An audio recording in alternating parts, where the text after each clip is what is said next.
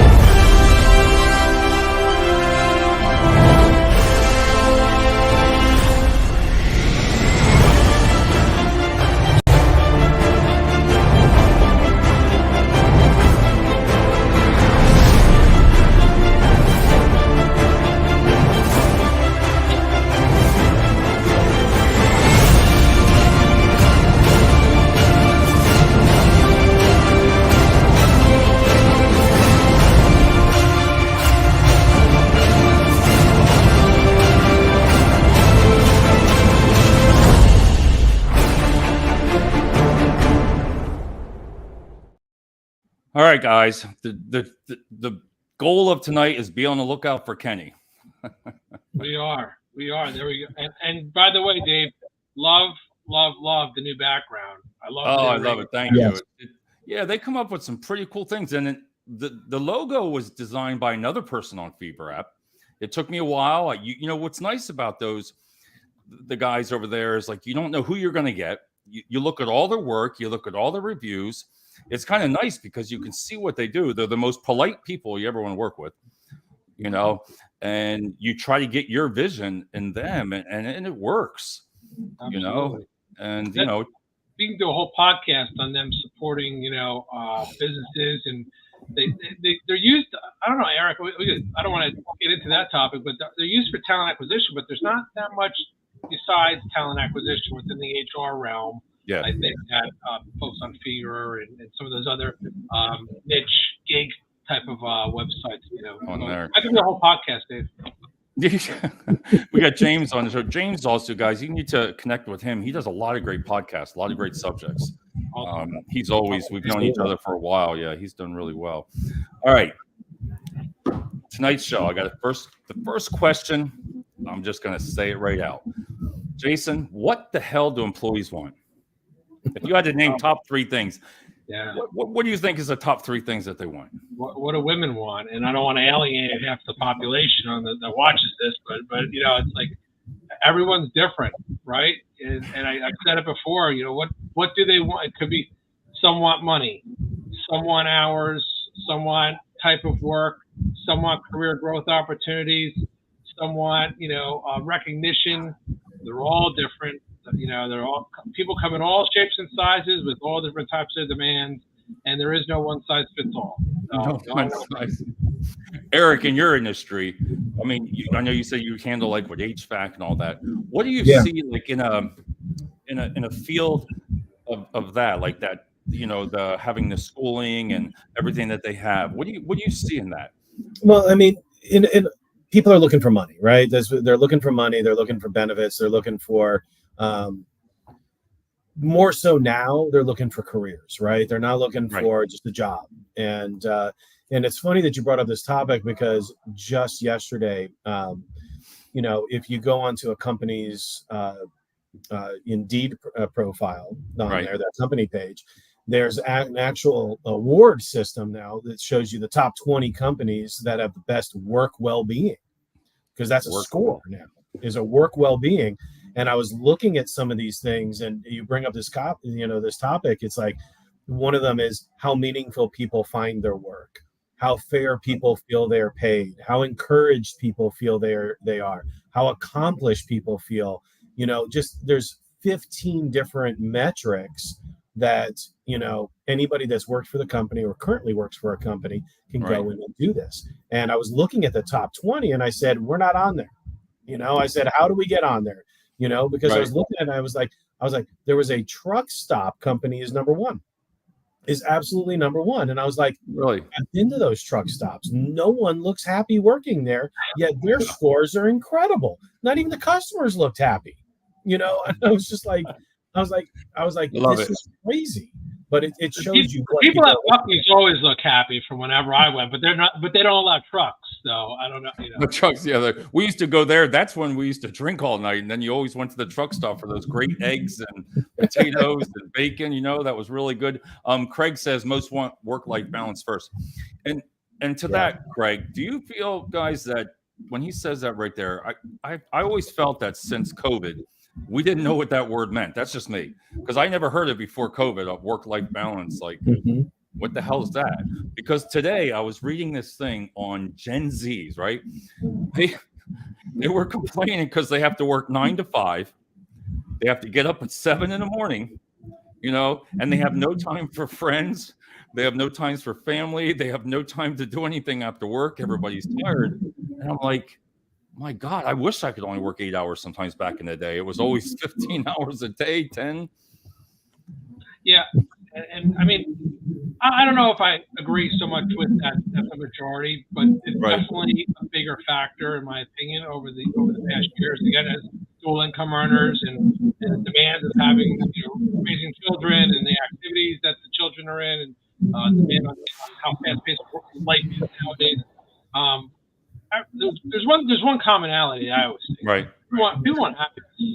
Yeah. Right. I don't know too many people that say I don't want to be happy. I want to be miserable. They want to be happy. And what makes people happy is different for every person, right? And, right. But the big thing that's common is they want their job to contribute to their happiness. They want their job to be a part of that, and not detract, not take away from their happiness. So whether that is the work-life balance, whether that is them rich, whether that is getting the VP title, making sure they have good benefits, don't have to work weekends, whatever that is, they want their employer to contribute to their happy life, right? That's what they want. Right. Right. And I mean, work-life balance is different for everybody. Some people say I got to be off work at 5 o'clock. Some people say, my work-life balance is, 9 o'clock at night. No one bothers me. It all really depends on that person, and having to understand when, either coming into a company or transitioning inside of a company, what is it that they do? I was pleasantly surprised where I am at today is, my boss is the chief HR officer, and she doesn't like to bother me after hours. And I was, and Jason and I's old boss, we would get emails every 3 hours throughout the night, and with her, sometimes expecting, answers first thing in the morning. So it all depends on the work-life balance of what you want. I wish, we talk about all the time about the metrics, like you said, how many metrics, and to measure all that, like what do people want? Because I really believe if you can make a couple changes, if it's possible, like a lot of people coming in on the entry level, believe it or not now, and even women in the workforce for the entry level are coming into logistics centers more and more, because everybody needs to work a first shift, second shift, or a third, because they're going back and forth, like they need that transition time because of all the daycare costs and everything's expensive. So if you could sell it to where, wow, you're getting, a certain level of shifts, that really can really turn things around. Yeah, no, absolutely, David. I actually, one thing that's come out more and more is the quote unquote the gig economy, in the gig work settings, is the flexibility that it allows. And that was something that I was kind of putting together and trying to work on. And I proposed that instead, I think employers nowadays have to look at changing up the way that they schedule work. And what I think that, from what I experienced through engagement results and different types of feedback that, research studies, is that employees want to schedule themselves. Yeah. They don't want to be scheduled. And there's definitely overlap there. Not all roles, but there's definitely overlap in roles where, employers are able to say, hey, get your work done, and I don't care what hours you work. Or, as long as you work 40 hours a week, or 8 hours a day, you tell us what hours you want to work, and there's some sort of consistency to it. I think that again offers the work-life balance, the flexibility, and that ownership that employees are looking for out of their employer. Like they own their own schedule, they own their own ability to not be dictated to or told when they have to work versus selecting their own hours that make. I mean, that's why Uber is so successful, right? Because people literally just switch it over, turn the app on, and get in their car, make a right, drop their kid off at a birthday party, right, and then go work for 2 hours driving people around, come back, and get up from a birthday party.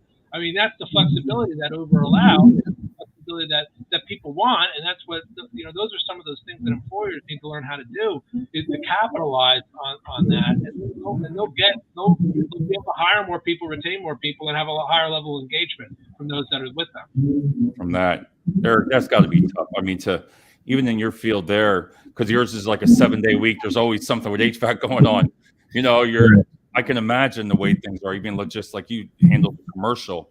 Wow, that must be crazy because there's work-life balance, but there's also they work weekends. You got to know that. I mean, going into this, you got to know it. Yeah, and that's one of the things. It's like, yeah, we promote work-life balance. We really do. But we also tell them, listen, there's going to be plenty of overtime. Then there's going to be on call. And you're not on call every single time. You're not working the weekends every single time. Right. We rotate it. We keep it fair. It's not like you're my favorite employee, I'm never going to have you on call on the weekends, because in the industry that I'm in, people have to learn how to manage their money because when it starts slowing down, some of the hours do get cut, So if they are banking, their time and just saying, okay, I've got money to float me for 2 months if things slow down, which, fortunately things aren't slowing down in my industry. No, so it's one of those things that I look at it and people have to understand they make it what they want. What type of work-life balance do you want? Do you want to make? I know that there's technicians that make more than I do, and I'm a manager of talent acquisition. I'm okay with that because they're doing what they need to do for their family, how they feel their work-life balance needs to be, because they're banking it, and they can literally take a week off with no pay if they wanted to, if they were out of vacation time, because they earned it. They know they can afford it. They can afford it. The one company a couple of years ago I worked at, they came out with unlimited time off, PTO. It was just unlimited, all your vacations. And when it first came out, everybody was like, wow, wait a minute here. I have 3 to 4 weeks. So now they're going to get 3 to 4 weeks. Everybody gets 3 to 4 weeks. I saw the ups and downs of it, and nobody really takes full advantage of it when it was happening because people were still just taking their natural time because you didn't know. And it sounds great when you have an employee come in and say, okay, how much vacation time? Whatever you need. What? Or you were PTO to, oh, no, whatever you need if your job's done. Yeah. But you always have people that test it, and then it changes the rules a little bit here and there, because in concept it was great, but I didn't take advantage of it because I was nervous as hell saying, oh, I don't want to take off more than I had. Yeah, my in between companies where I was at, I had flexible time off, full, unlimited time off, whatever you want to call it. And my boss had said, yeah, you can take the first week off if you wanted to. And I go, well, that seems a little bit weird. I'm not going to do that. But I learned something. Okay. Right. And it's kind of it's an out. And Jason, I don't know if, labor laws and stuff like that have caught up with this, but guess what, David, if I give you unlimited PTO, I don't have to pay you out anything if you leave. Exactly. That's what it was. Yeah. A lot of so that. It's an advantage for a company because, and you give it to certain levels, and I know that we have it at our company at certain levels, but you know what? Those people are working and they're traveling all the time. They want to take 4 weeks off sometime during the go for it. Wow. Yeah. I couldn't even imagine. A couple of things. And you're exactly right, Eric, about certain states mandate payout of unused vacation time because it's time owed, it's earned in credits, as well as carryover. There's certain states, California, Colorado, Montana, I believe, and I think 2 other states that require carryover vacation. So if there's no vacation bank, then how can you carry over any unused time? So that eliminates the company's need or obligation to allow carryover vacation. And then the other thing is again, when someone has a bank of time, they feel like they have to use it, right? So it's like the kid going to to school with $5 Right. for the book club. The kid's got to spend the $5, right? He won't come home with $3, right? With nothing. I'm not trying to compare everybody to kids, but what I'm saying is you have that bank, you feel like you're losing something if there's more time in the bank. When there's it's called a non-accrual vacation plan. Right. When you have a non-accrual plan, you don't necessarily feel like you've lost anything, but to Eric's point, you do feel, or your point, that you do feel guilty about going beyond what you used to have. And then there's the peer pressure aspect of, well, why is Bobby taking up so much time this year? I'm allowed to, but is Bobby really going to do that instead of his camaraderie of the others at work? So it really works out to the employer's advantage. They had some of the people were, if you were the manager, that was the hardest part, being the manager of it, because you controlled it. So when somebody would want some time off, it was based on your performance too. So if your performance, so then if you turned their day down because no, you can't because your performance, but guess what? You by doing that, if you didn't write that employee up or if you didn't counsel, then boom, then that was holding you accountable. Why didn't you speak to this person about their job? I think we got Goof right here saying, can't hear Jason. She can't. No, I was on mute. You can hear? I was on mute. Can you hear me? You have something going on in the background? The TV? I know I do. Oh, yeah, that's okay. That's all right. That's all right. I was wondering. I thought it was Jason. I was thinking of Jason. No. But have you seen any new types of things for flex time, Jason or Eric? Have you seen anything lately, or for flex time? What I've been very impressed with the amount of time. Because again, I'm still interviewing for a job, and I think everyone knows that they're watching this right now. I've been very impressed with some of the time off, the PTO policies that have been out there with some of these employers I've been interviewing with. Very, very generous plans. But there was one in particular that really, really stuck out to me. They had a flexible holiday that employees could take, but it was designated to their own either religious or cultural belief. So it was a floating holiday, but it had to be used specifically for a closely held religious or cultural belief. So whether it's Columbus Day or we just had Diwali, right? So it might be Diwali, So it's something again, it was great because it gave the day, but didn't designate it for a specific day. Just said, hey, use it for what you believe in and what you hold close to yourself. So it was still designated for a specific reason, but did give the employee the flexibility to use it for what, for the reason that's most personal to them. So I really did like that offering, how that company structured the policy. That's I know it was only one day, but I did. I mean, granted, I never saw it before, and that was really nice. See, I really like the concept of like floating holidays. You get, as a bonus, you get 2 at the first half of the year, 2 at the end of the half of the year. That way, if let's say your birthday landed during the week and you wanted to take that day off, you can use that as a floating holiday. So I really like that concept of just, here you go. Some people just call it, instead of a floating holiday, it's a you get your PTO and then you get 2 personal days or 3 personal days. But yeah, I like seeing people get more creative with the way the office. I mean, one of the people that I know, David, you use them, Indeed. One of their culture and philosophies is, I think, one Friday a month they're off. They get a 3-day weekend. Nice. It's just the way it is. And I was like, that's crazy. What if I have a problem? Right. But I like that concept of, hey, that is. I like that. I'd like to see. The thing with the floating holidays. Sorry, Dave.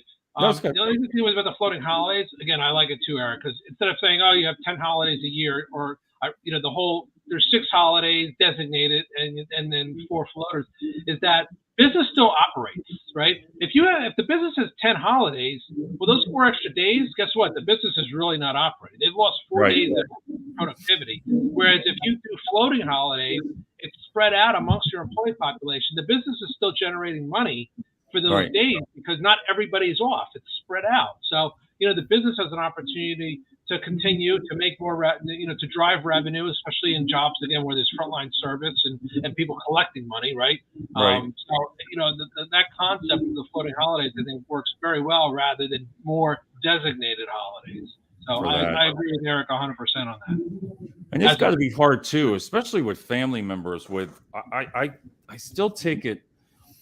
You got to think of the employees. When you have some kind of other flex time, like I've always would like to see. Let's face it. I mean, kids at school, things happen. People need to leave. And you get penalized. But I understand why you get penalized. You can only have so many latenesses, or something's going on. There's an emergency.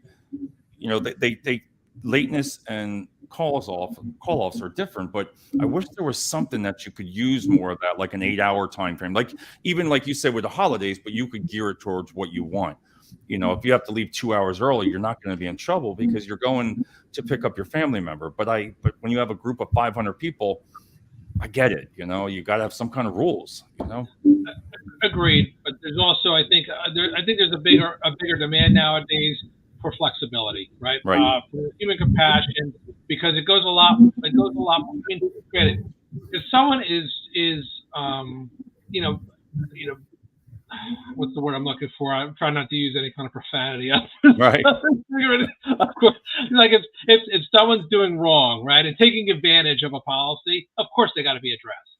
Right. But if they're not being negligent and abusing the policy, people expect compassion nowadays. Right? They expect managers to work and because that's going to go a lot longer. To be like, really, you wrote up Johnny because he had to leave early because his daughter was sick at school. Like, come on, right? You couldn't cut him a break. So those types of things go a long way, rather than, well, Johnny leaves every Friday at 2:00 claiming that his daughter's sick. Yeah, right. Go write him up, right? So his peers, people see that, right? So employers are becoming a little bit more flexible, I believe, with those types of situations, Dave. With that. Yeah. Eric, have you seen anything in reference to, bereavement? Everybody, let's face it. Normal places, I think through the years, I've always seen it's like 3 to 4 days, that you get. Have you ever felt that should be longer time for immediate family more so? Or I don't think I've heard of that being as a perk. It's not something that you promote as a perk when you're in recruiting, saying, hey, by the way, you get this if someone passes away. But yeah, I mean, I think if it's immediate family, sometimes 3 days is definitely not going to be enough. And I hope a lot of us managers out there understand that it's not. So at the end of the day, feel compassion, as Jason was saying, and say, hey, don't worry about it. Take an extra couple of days off, because I really think at the end of the day, you've got a policy that HR is probably written. All of us HR professionals, always have our input on it. And at the end of the day, though, I think it can be used as a gray line, right? I'm saying, if I had somebody that passed away in my family and Jason was my HR business partner, which, I mean, hey, listen, he was at one point in time. So I'm pretty sure Jason would have been like, yeah, you know what, Eric, yeah, just take the extra couple of days off, especially if it's immediate. Like, they live in the house with you, that it can impact you, emotionally. You're not going to be fully there at work, because you got other things that are going on. So it goes back to that word compassion. The passion. Yeah, and people often think like, oh, go back to work, stay busy, you'll be fine. But there's actually a flip side of that. Is because you go back to work and then everyone's saying, reinforcing, I am so sorry to hear about so-and-so the loss. And then it's just bringing up, in essence, a PTSD of just losing somebody, which could trigger even worse emotional, trauma to that person versus trying to come back to work and keep their mind occupied with work. So I agree. I agree with Eric. I think there are definitely some compassion. I've seen 7-day policies. I think for immediate, the one that I've seen most is probably a 5-day policy, or the norm I think is a 5-day policy, for immediate, wife or child or parent.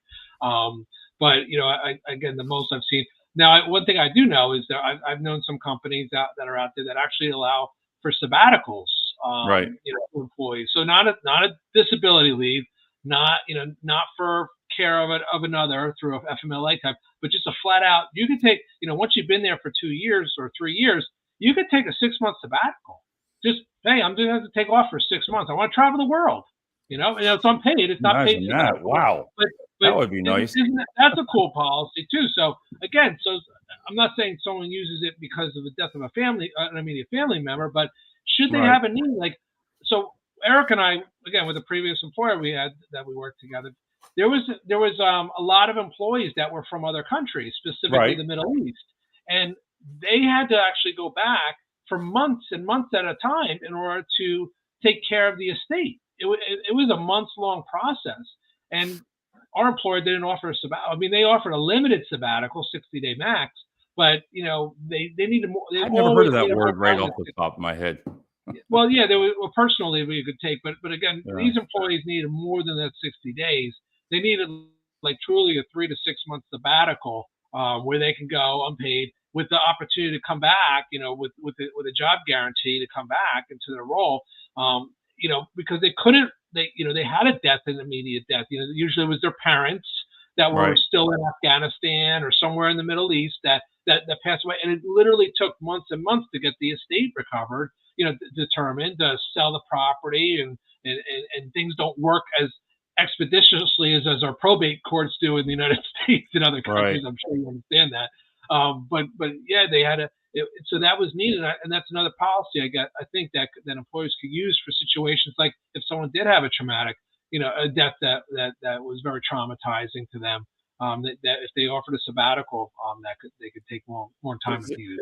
Is there a lot of things, Jason, for all the different cultures? I know you said about the a floating holiday, but there's so many different cultures now, and what we go through, and the different holidays that people take off, or they do prayer, Muslim, everything. There's all different things that I can imagine in HR that it's just must be. I guess I've never people promoting it, but I guess that comes down to the HR department, right? I mean, when it comes to no, absolutely. I mean, there's very limited federal law that covers these, but there's a lot of state law. That there's a lot of state laws. I mean, the state of New York has a law that protects religious rights and religious freedom. So again, we always have to run into times where in New York, for Sabbath, those that practice Judaism, they got to be home by sundown on Fridays, and they don't work Saturdays. So. And that was protected right that they're entitled to, and there's others that have similar obligations for prayer and time to take for prayer or fasting, and for Muslims during certain times of year they do fasting, and those are entitlements that they have, but again, in very limited federal entitlements when it comes to things like that cultural recognized or religious recognition of certain rights. I can imagine what you go through, and with HR, all the new things there. Can you imagine everything that comes up? I just look at that and the decisions that you have to make. I mean, that's what's really hard. And I like how you said compassion. That's why we give everybody the HR answer. I'm not sure about it. Give me 24 hours to get back to you. But then we got to go research, because there's so, like you said, there's so much. I mean, the emails that I'll sometimes get from my other counterparts in HR saying, here are all the different laws that have changed here in the United States, and each by state. And I'm reading some of them and I go, did somebody really needed this to be a law? And, some of them are out there, but, I love staying up to date with that, because at the end of the day, it allows you to think globally instead of just inside your own little box in your own little world. There were some things here I wanted to go through. That's what I love about Google when we prepare for shows, because you can actually learn some good things, man. You believe that when you read things, you learn. You put it through there. I learn every week when you quiz me, Dave. I learn. Yeah, I know. And this one here, these are just basic things that I think that some companies have gotten away from. Like, let's just say employee of the month. Usually you had the parking, you had, you get everything. But if you don't follow through with it, that's the thing. You can say you have it, but I think that's always a good thing and rewarding or something, to recognize your employees. Oh yeah. I mean, I on a monthly basis, we use a HR system called Nectar, and we have a budget that allows us to put points in there, and I'm able to give points to people, and it equates out to dollars, and they can get anywhere from a gift card to our swag, you name it, it's in there. One of the things that we do at the end of the year, though, that all of our technicians really go for, is we do the tech awards, and they get partial payments of vacations this past year, and they get a plaque, like a trophy type thing they can put on a trophy case. I believe that employee recognition is huge, whether it's just saying, "Hey, Jason, you did a great job today," and recognizing that, and then empowering them on it, to all the way of something that's going to maybe financially impact them.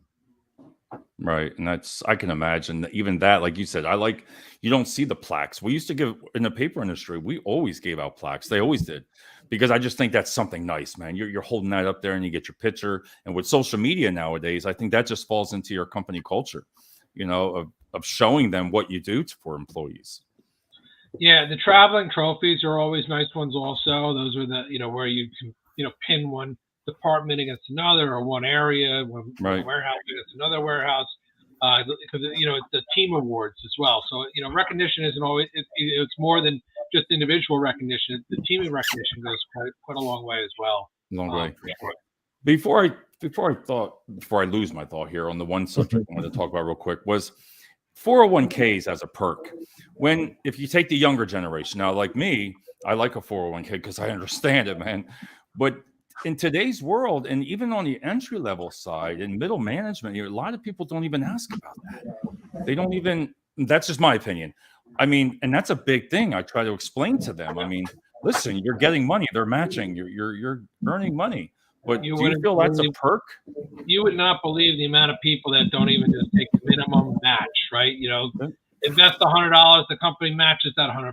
Like, they don't even take advantage of it, because that's, like you said, it's almost like free money. But they don't do it. It's just crazy. But what I find more and more even nowadays is not even just the 401k though. People just want ownership. Like, they expect equity of the company. They want a profit share. So I think that's a bigger a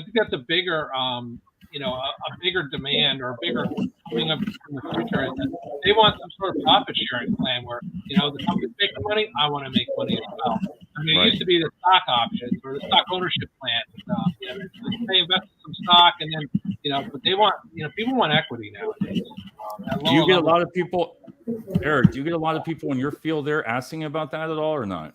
I mean, not so much on the support type roles, but as a higher level position comes about, but I mean, I am absolutely surprised that a big question by any walk of life is, okay, so you have a 401k, yes, right, you have matching, and I like to go into detail saying we'll match up to 6%, but you get 50% of it. So you put in 6% of your paycheck, they're going to give you 3%. I like to really spell it out, because when you say just a matching 401k, people are like automatically, oh, well, if I put in 10%, then they're going to give me 10%. But absolutely, to me, it has become a perk. And I think it's a lot more of the Gen Z, millennials, and whatever generation we're in today. Gen Xers do, think about it. I think about it. I'm a Gen Xer. But at the end of the day, it's about building up some personal equity for the future. And I feel that it's important for an employer, whether it be your manager, whether it be your HR, whether it be your comp and benefits, your total rewards, that you go over it with them. When we start people in our corporate office, we go over it, because we want to make sure you understand, hey, take advantage of this. When Bill Clinton was president and Donald Trump, between both of them, they were my two favorite presidents because I made money on the 401k during this. I can always remember because I'm like, even when President Trump was in there, the 401ks were flying. And I was like, wow. So I transferred over the last 3 jobs. Every time I leave one, here we go. I got to put it in another one.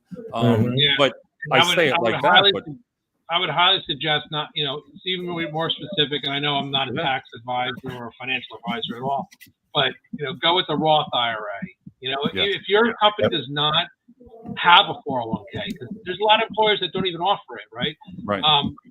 Look at taking $1,000 a year and putting it in a Roth IRA, especially if you're a younger individual, because that money will compounding interest and compounding growth, and then it's tax free. When you withdraw it, because you're taking an after tax fund, putting it in there, and then when you withdraw it at say 65 or 70 years old, it's tax free when you withdraw it, and it's accumulated that much over that time period. So, I think it's Roth IRA. Now, as an employer, if you can do a 401k with a Roth IRA match, right, where you're allowed to do that, that's something. If your employees, if you can explain, like Eric's saying, if you can really explain the details of that benefit, a Roth IRA 401k match is very, very nice offering versus just a traditional 401k.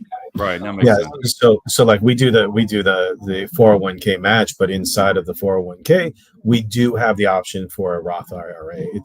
I don't believe it's matching. If I might have missed it, but it gives me the ability. So I have two streams of income, because I think it's a lot of people think about the here and the now, right? We never think of the future because the future is so far away. But at the end of the day, if the more multiple streams you could be putting money into things, I'm not saying go out and buy some Bitcoin because I think the ship sailed on that. Right. But if you're employed, take advantage of all of the benefits that you have at your fingertips, because you just never know. Like you said, David, you've rolled, from one company to another company to another company.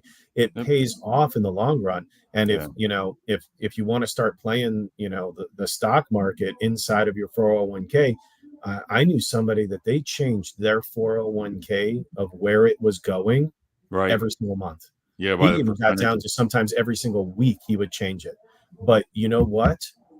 I didn't. We looked at the money that I had invested in my 401k in a previous life, and I looked at his. His was 3 to 4 times the amount, and we were putting the same dollar amount in from our paychecks. And just from learning that, just from playing, and I was just like, "How do you have enough time in your life?" We'll go back to the work-life balance right there, because there was none.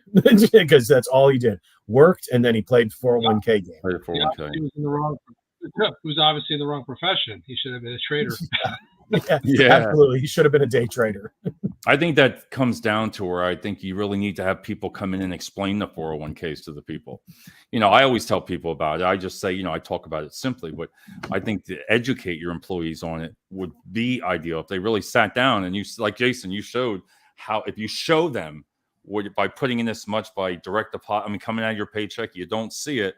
I never checked it. I would be like, oh, I don't even know what I have in there. I don't want to know, because you just set it and forget it. Every time I got a raise, I took that money and I put it in there. That was my 401k contribution every time I got my increase. Another big thing is the tax benefits of some of these plans. Again, I won't forget for daycare one time. too. Exactly. Your health care as well is the tax savings from lowering your income. I won't forget, and I felt so bad because one of my favorite bosses of all time.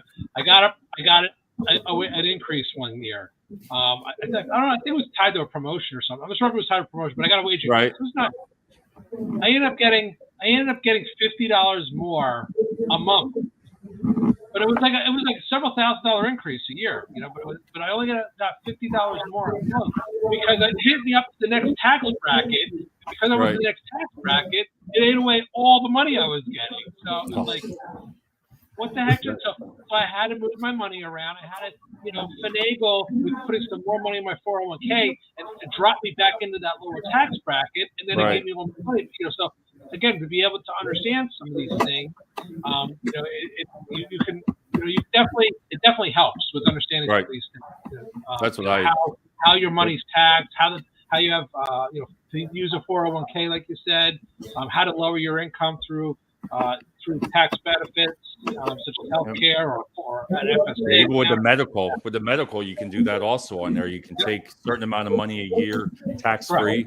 And again, it comes down to really feel education. And we used to have people come into the companies and explain that to you. That was their jobs. That would come in. You could meet with somebody that day in the cafeteria. You could do that and talk about it. There was something I saw today with Amazon that they were, I'm sure you've seen it, to where they were telling everybody to come back to work. The working from home, didn't come back. So Amazon bent a little bit and said, okay, it's going to be a hybrid now for 3 days. But people still are not coming back. And they announced today that they put these, I don't know, when people walked in the building, it registered, and that didn't make sense because maybe their salaries, it registered them so they can see we're a hybrid model, because that's one thing we've always talked about, have a perk for working from home or hybrid. But some companies, that is a selling point. That is a perk. And, I like the hybrid version. I think the hybrid is a good way to go.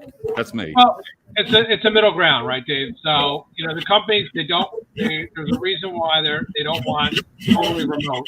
Right. I think there we go. There you go. Perfect. Thank you, bud. So from a hybrid model, it's that middle ground, as I was saying. Companies, for some reason or not, they can't go fully remote. There's certain roles that they can't do remote all the time. Managers have trust issues on why they don't want to let their employees work remotely. But then again, they realize if they're in office or on site, whatever you want to call it, 5 days a week, it's really going to impact engagement, employee morale, their retention, their ability to recruit. It severely inhibits them from being a competitive employer. So they want to find that middle ground with the hybrid. The one thing about the hybrid, though, from things that I've experienced and people I've talked to, is that the days, so it's what the effectiveness of someone being in the office, if teams aren't there together on certain days, and Bobby comes in on a Tuesday and Sally comes in on a Thursday, and then Johnny comes in on a Wednesday. Well, then the point of them being hybrid, of being on site, that whole creative innovation of being together is lost. Right. So I think there is somewhat of a need to dictate, hey, Wednesday is the in-office day, when you go to these models. So that way they can get those team meetings together in person, where they can do some of the, in a room with the whiteboard to get that. But, otherwise just to simply check the box for hybrid and people come into the office 2 days a week. I know it offers flexibility, but what's it really doing if the team atmosphere isn't together? I think that's the point of being hybrid. One of the major points of being hybrid is to bring those people together on the same day in the same location, so that way you can get those creative juices flowing between them.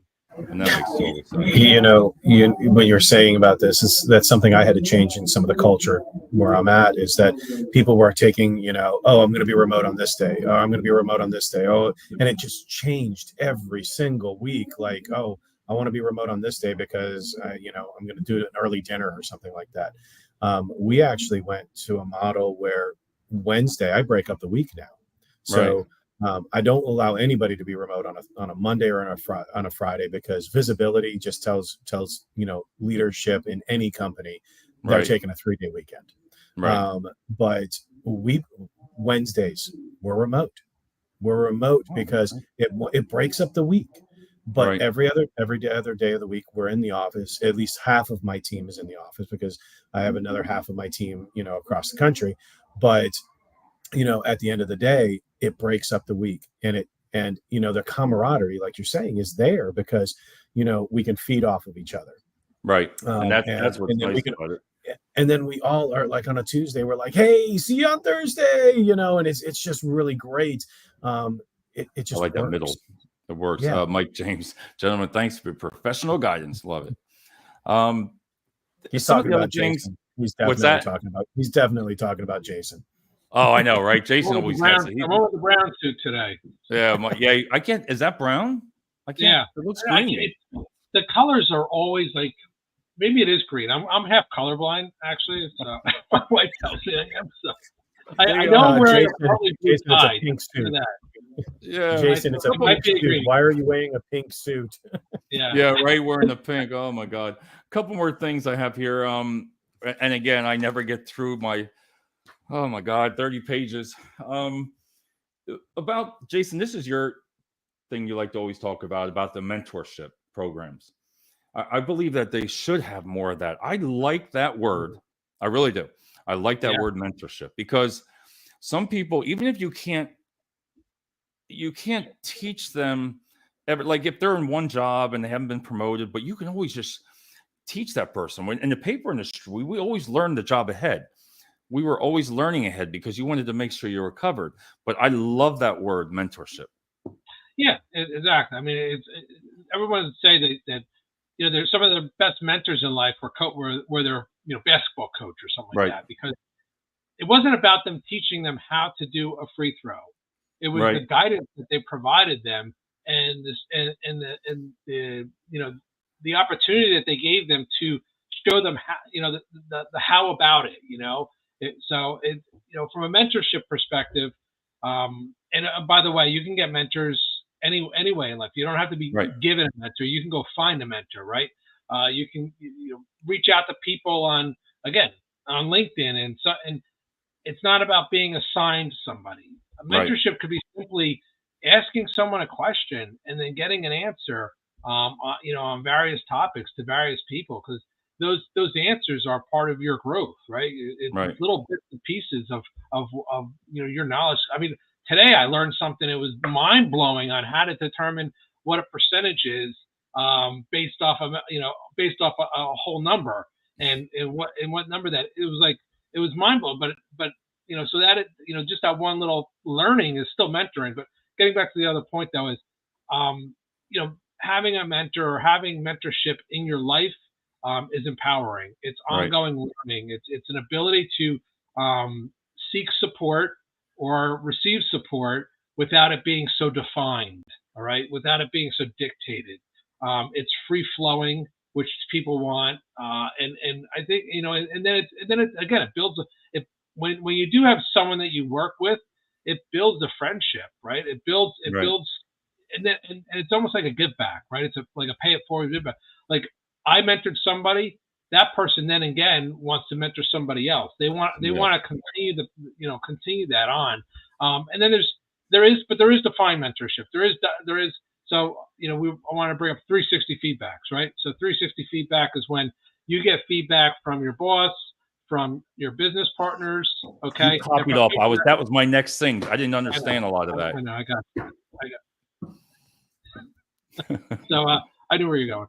So, or people that work for you, right? So based on that 360 feedback, you're then built a development plan usually, or you have a development plan, and then with that, part of that development plan is usually getting somebody to work with you, okay, either on a weakness and an opportunity, or on a strength to prepare you for a next level. So that's where you get into mentorship, where it is a little bit more structured, but it's typically based off of an employee review or a 360-degree feedback. That's where it often originates within a company. But again, that's a defined mentorship program through a defined process. But mentorship can come in so many different forms from so many different people. Again, I could be seen it. Three of us could be seen as mentors to people that watch this show. Right. Even though we don't ever talk to those folks. But you see the comments. Oh, your guidance is wonderful. It's so enlightening. That's mentorship. We're indirect, and that's why I do podcasts, and I feel so strong about this subject, is because that's why I've been doing your podcast, a couple other podcasts. I even do my own little podcast on stuff for my own stuff, because sharing these things is like part of giving back and being a mentor to others without having to be one-on-one. We can hit a broad scope of people. We have thousands of people that watch the show, which they're all on right now, but we do have I know, right? I know. That they watch it for a reason, because we are mentors to those folks. They're learning something from us, whether directly or through video at a later time, because it's recorded. We are all mentors, and that's again why I feel so passionate about it. Eric, do you think in your field that could be a really good perk, because in your field there with HVAC, they need to learn. I mean, the knowledge in HVAC is incredible. So I can imagine as being a perk, like you said, with the program, it has to be some type of a program. Could you sell that as a perk? I really believe you could. I mean, in general, yes, because just like in any walk of life, as Jason is saying, you need a mentor. I've had mentors in my life, and depending on where Jason and I used to work, I used to consider some of the knowledge that I would get from Jason is him being a mentor on some of the laws that I just wasn't clear on, but it him and I talking created that. Now I was provoked. So I wanted to learn more. So it allowed me to continue on a path. But, I believe that in any type of position to enrich growth and as a perk, you should have some type of thing, whether it be like a lead mentor technician or a lead mentor analyst, whatever job anybody has, there's always somebody that's there that can be considered that. I look at it and I think of just growth development and really training somebody to take my job is really what it all boils down to. And I have 2 team leads that I'm now starting to pour into and saying, listen, I've got ambitions of growing, things. I need to teach you certain things. I don't care if I'm the one that's getting the accolades. As long as it gets done. If you're the one that's running the report and you're making sure that this key metric is stable, I'm a happy person.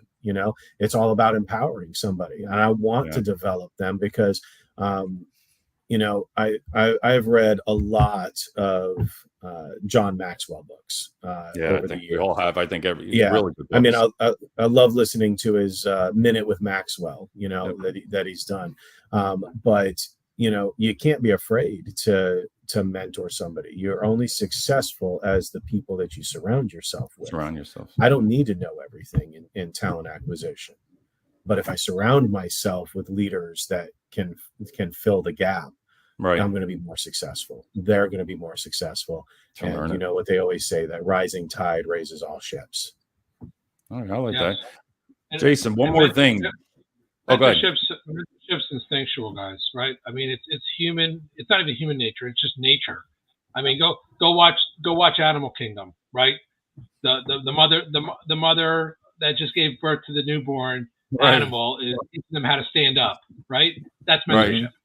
The lion is teaching the cub how to hunt. That's mentorship.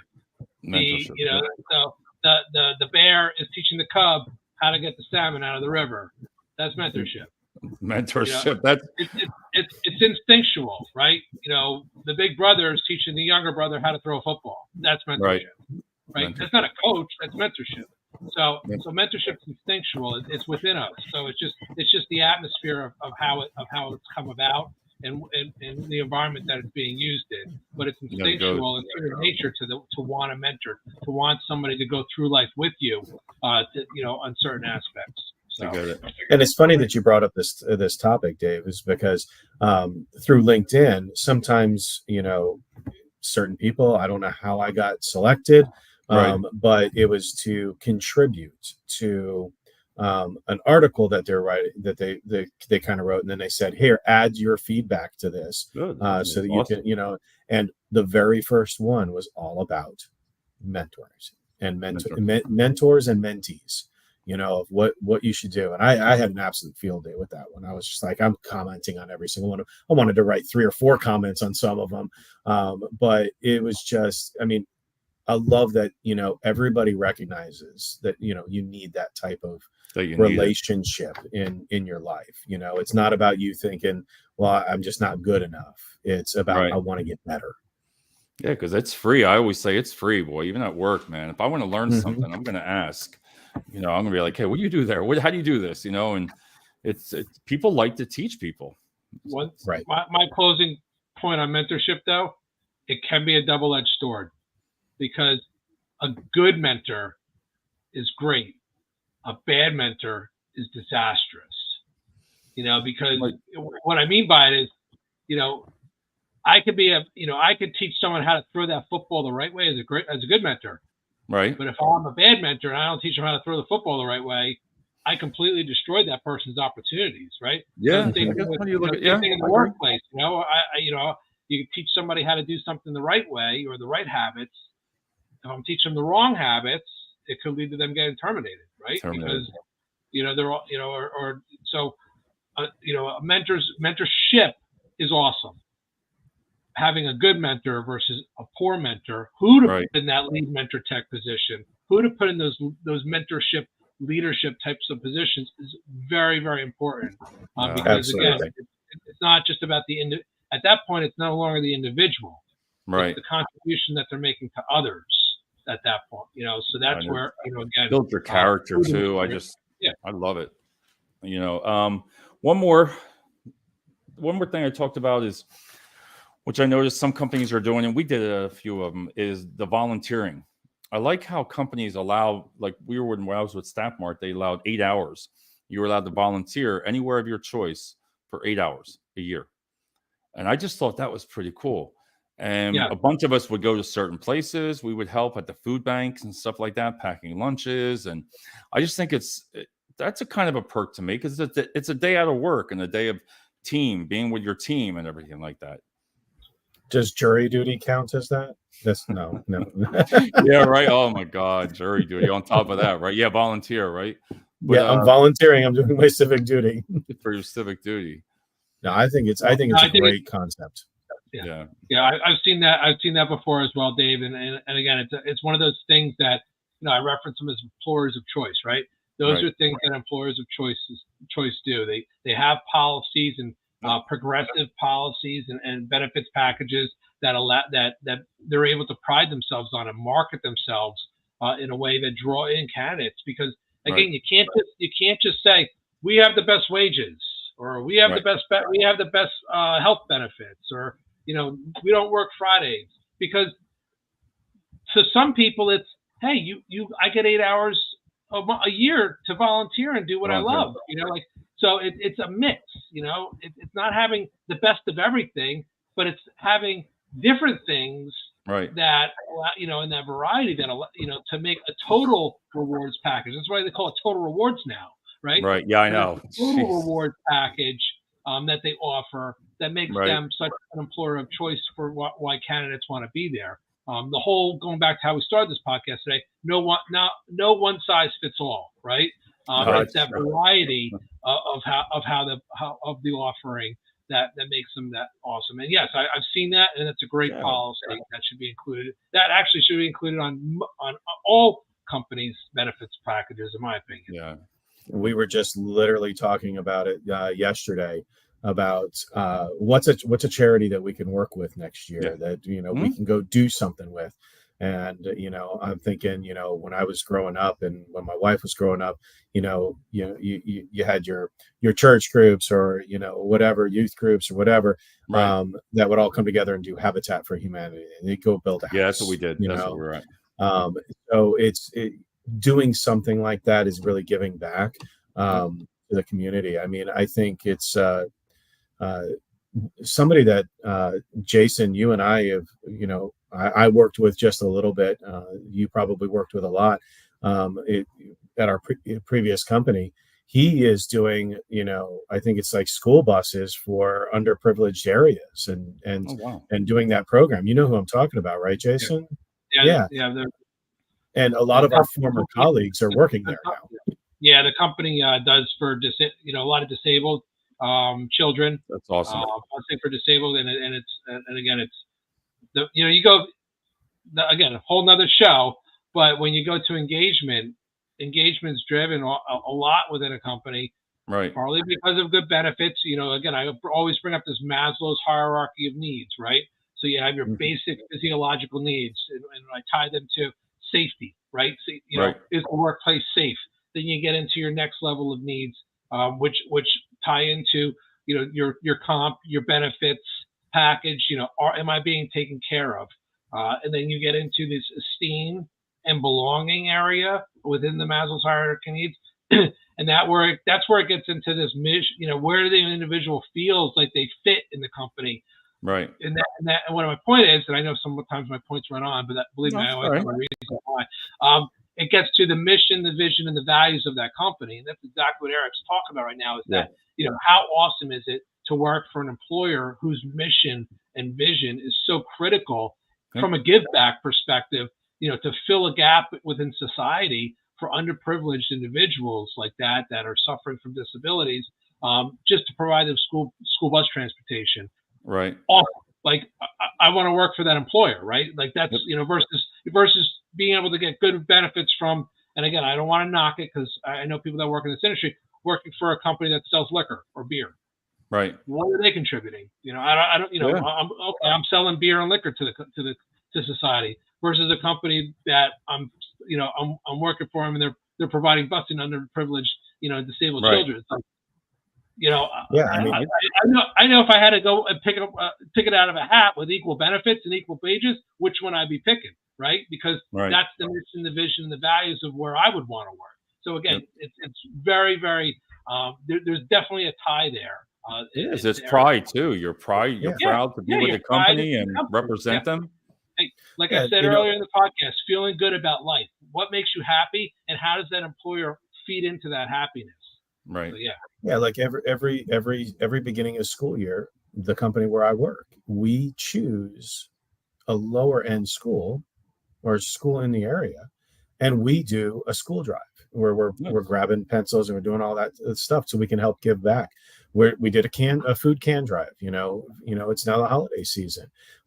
We love doing those types of things. We have, I love how you said that, Jason. Engagement. We actually have an engagement committee to literally do things, and they literally put something out today that said, "Hey, if you want to be part of this, and I'm going to be doing a walk. It's a 2-mile walk.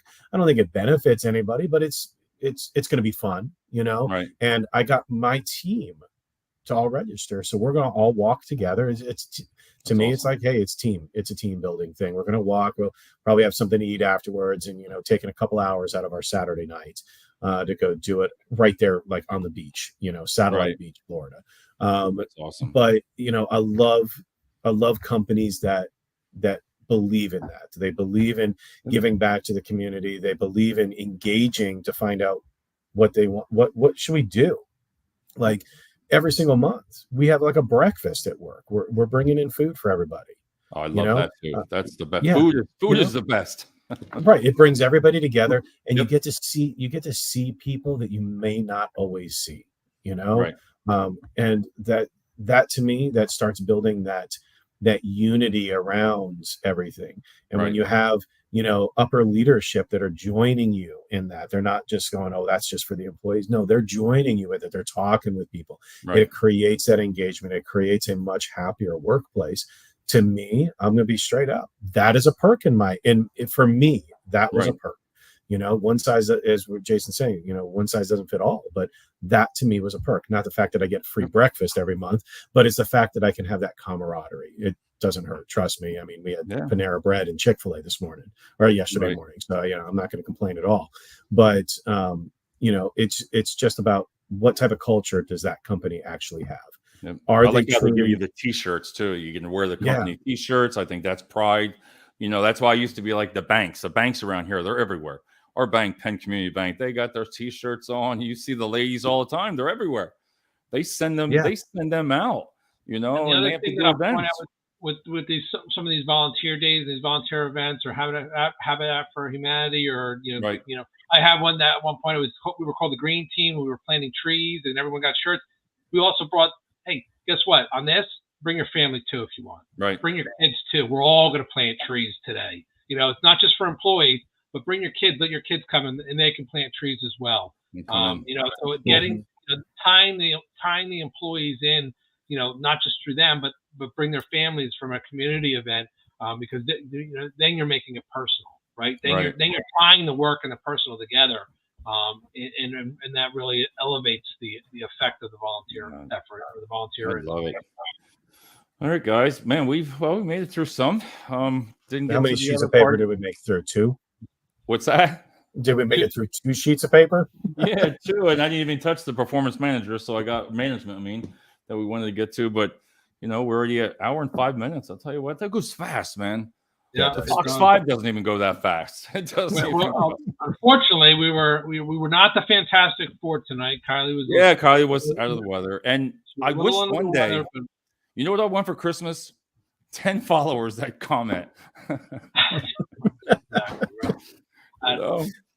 But no, I mean, I wish I went 10, and I got 10. They're all me and 4 other people. But no, again, I appreciate you guys coming on, and these are great subjects. And if somebody walks out with one thing, I was literally talking. David, I told you where I'm actually at tonight. Right. I was talking to the leader, and he said, "Eric, this is so cool that you're able to give back to the community." And I literally did a talk in Orlando at a job fair just so I can give back to the community. And I feel it's in my heart that, I never want to stop giving back to the community. So whatever I can do to help somebody, whether it's get a job or have them realize that, man, I could ask for a different perk at work. Maybe they have that, or maybe that person, a lot of people, here's the cool thing. What if one of the people that's listening and watching this show, maybe not live right now, but later on, they go, my goodness, that is a great perk. I'm going to bring that up to leadership, and they become the hero. To me, that means tonight was a success. Yep. Jason's my hero. Jason's always going to be my hero.